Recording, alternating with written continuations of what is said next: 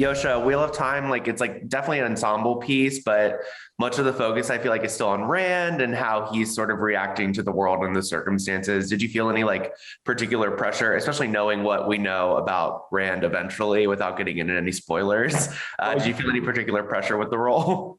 I guess what's so good about with the show we're making is that it's really an ensemble piece, and the show it's not a one adaptation of the books, but we do get the fundamentals, the essentials of the books in the show.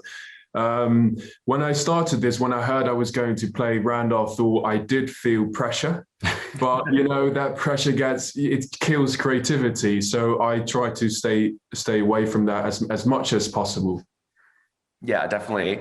And then Marcus, speaking of pressure, I feel like you get one of the biggest early changes from the books to the show with what happens during Winter Night.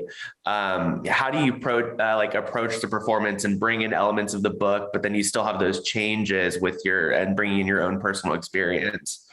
Yeah, I mean, I remember speaking to Rafe, the showrunner, about that. And I think it kind of really provides a really essential foundation for Perrin's character and his demeanor in the books. I think he has a particular way of acting and a particular way of how he carries himself. And that moment is very essential. And it's like the kind of embryonic stages for which he goes forward when he goes into the outside world. So that kind of quietness, that weird kind of struggle he has with violence, I think that's still in the books. I think this moment kind of plays into that. Yeah, definitely. And then, the world of the wheel is like, it's so high concept, so fantastical, but Yosha, how do you guys ground yourselves in like the emotion and the humanity of the novels, the performances? I guess it's the script, how it's written, the dialogue, and that's what drew me to this project.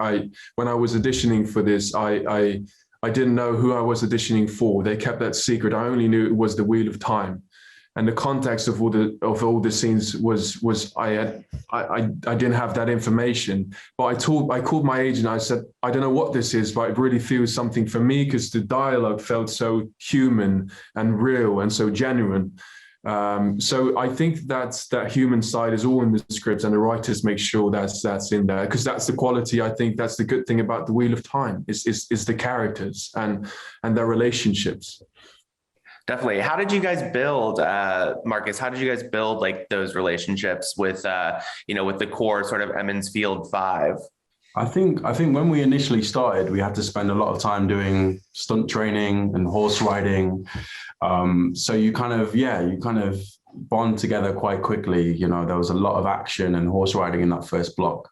So you're kind of doing these new experiences together. You're experiencing Prague, this new city together, and these big sets together. So because you're kind of thrust into this kind of really this weird new world. It kind of like the friendships kind of come out kind of quite quickly. Yeah.